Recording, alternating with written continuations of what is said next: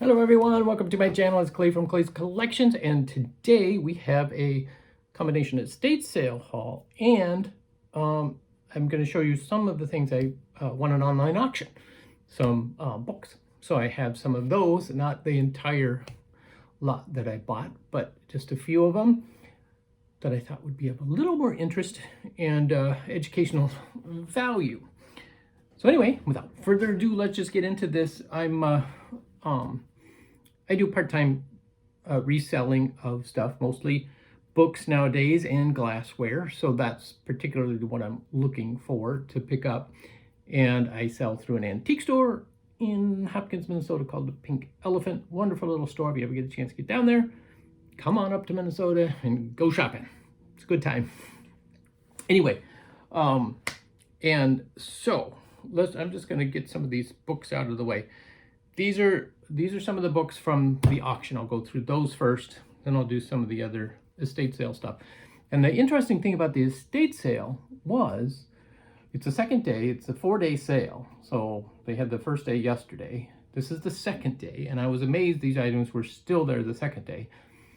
And it was half price, anything under $100. And then they were taking offers on stuff, the larger items, although there weren't that many more expensive things. Most things were very reasonable price, even for the first day. So that's kind of unusual. It was being run not by the family, but by an estate company, but very reasonably priced. So they were good to go. So anyway, first the auction results. There were 2 lots that I won. The first one was a lot of antique and vintage ornithological books, which is birds. And that's the reason I picked them up, is because they have great appeal. They also have some good value, which we'll go into that. So that was the first lot, and there was a lot of like 9 books in that. And there were 2 sets of these. I'm only going to show you one set, and that is The Birds of Minnesota. It's a 2-volume set. One edition was from 1932. The second edition is from 1936. And what's interesting is the 36 version is actually worth a little more than the 32, which means first editions don't necessarily mean they're of higher value than any other edition.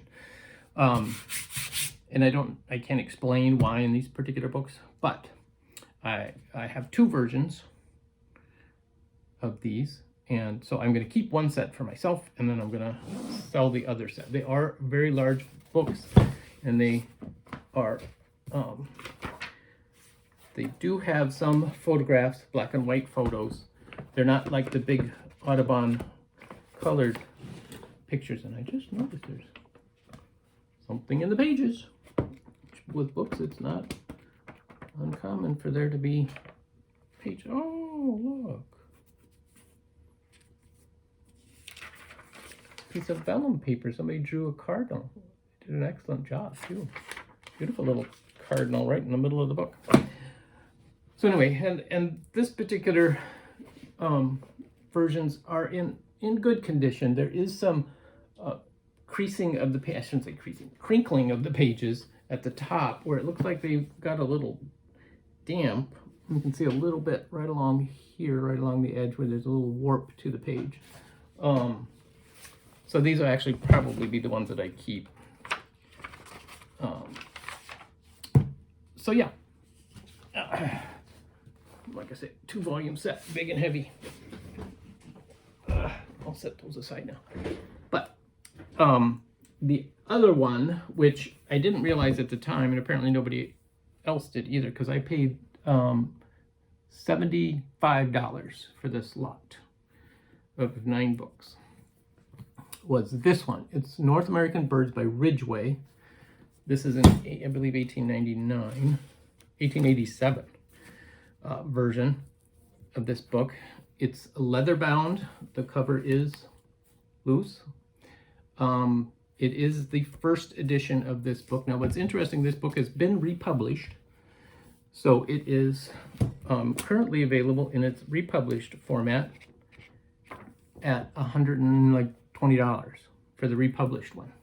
I could not find any references to the first edition, original 1887 version of this book, so I do not know the value, but I'm sure it's probably, you know, hundreds of dollars, which some of these can be, and I love the spine. So actually this one will probably stay in my collection for a while. Because I love these old books. They just look great on the shelf, don't they? All right, so then, so those are the significant ones from my haul.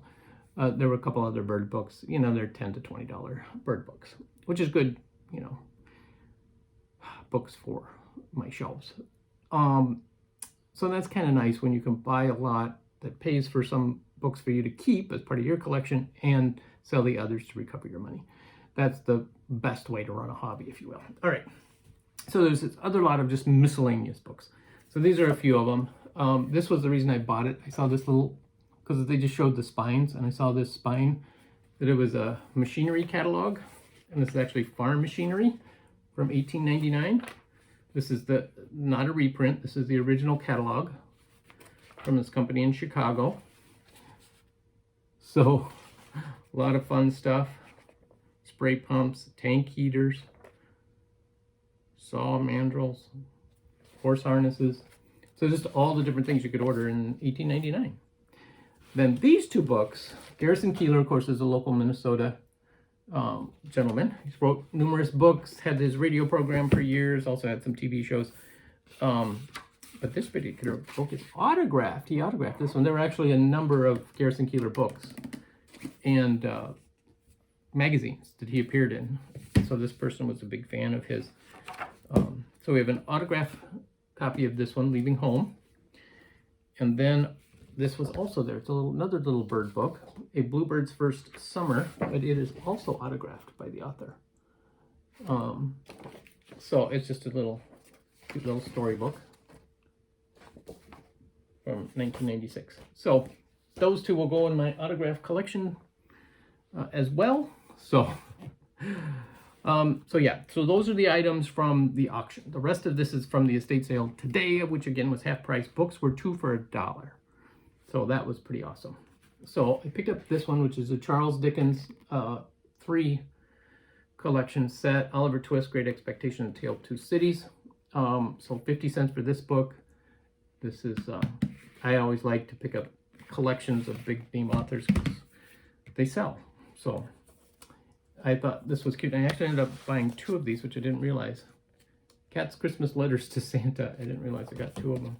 They had one downstairs and one up in the garage. So I got 2. And I thought this was cool. It's a book where you can scan different images. And I love that this has tons of vintage and antique items in it. Clocks, watches, machinery, fans, different stuff like that. So I just thought that was a fun little book.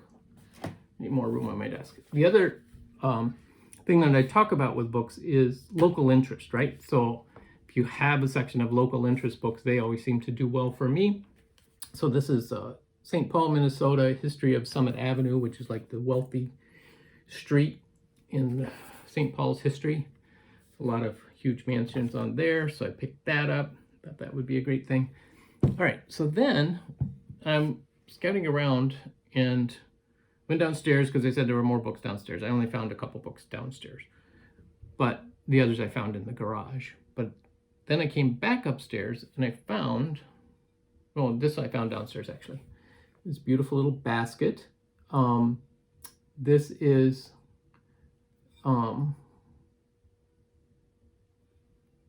uranium glass. Sorry, I had a blurb there where I couldn't think. It's uranium glass. It glows under black light. I don't know if you can see it. A little bit. So that's really cool. It's not that valuable. It's a beautiful little basket at, like $20. And then, what else? Oh, I found this little chicken trinket dish. Oh, and this was marked $2, so I got this for $1. This was $1, so I got it for 50 cents. And again, I don't know if it was upstairs or downstairs. Little glass bunny for $1. Little bunny on a basket. One is handmade by the L.E. Smith Glass Company. So that's still got its original label in the bottom. I should show you that. And it's got the original price label on the bottom. $18 covered bunny. So that's kind of cool. Then I picked up these. These are cobalt glass salt and pepper shakers with a silver plated overlay. So they just need a good polish. But I love the cobalt blue and silver combination. Always have loved that. Then I'm saving some of the best for last, the best piece for last. Actually, these are probably the most valuable thing I found. It was a pair for $1. It says $2 originally. They're a pair of candlestick holders, pedal style. They still have the original label on the inside, made in Hong Kong. And if you look these up, I could not find an exact match to these, but I found similar ones with the engraving on the brass. And these are real brass. They are selling into the hundreds of dollars. I do not think these are hundreds of dollars worth of candlesticks, but, you know, probably $40 I could ask for these. Maybe a little more. I don't know. Cindy's like, you should ask $100 for them. Maybe. I'll decide. But again, part of it is figuring out your market. At the Pink Elephant, I don't think somebody's going to come in and pay $100 for these. Maybe on eBay, but maybe at the Pink Elephant. I don't know. Anyway, all right. So then I'm going along the table because there's tons of glassware and silver where I found these. And this bowl was still there. Beautiful carnival glass bowl. Then I noticed it's got this Smith label still on it. It was $4. It's in perfect condition. Absolutely gorgeous. And so it was really only $2, half price. Could not pass up this beautiful bowl for $2. So yeah, and this is probably, I'll put $40 on it and put it down to the Pink Elephant because this is a fabulous piece. All right, a couple more books and then we'll be done. So these are historical books talking about like Japan, Meiji Japan. And then this one is Lincoln, History of Mankind. Oh, they're all series, History of Mankind. So these are just some fun little filler books. This one I thought was interesting. I picked it up just because I was interested. And again, books were 50 cents. So The Diverting History of John Gilpin and the Queen of Hearts. So I have no idea what it's about. It's a children's book, but I just thought that was really intriguing. And the last one I got was The Chinese Art of Healing, which is an ex-library book from Edina, which is where the sale was, in Edina, Minnesota. And this is from 1963, actually 1971. So it was another book it's referenced from 61. So anyway, that's our fun haul for this week. Hope you guys enjoyed it. Hope you're doing well. And we're almost in July. This is the last day of June when I'm filming this. So it's exciting. Catch you guys next time. Bye.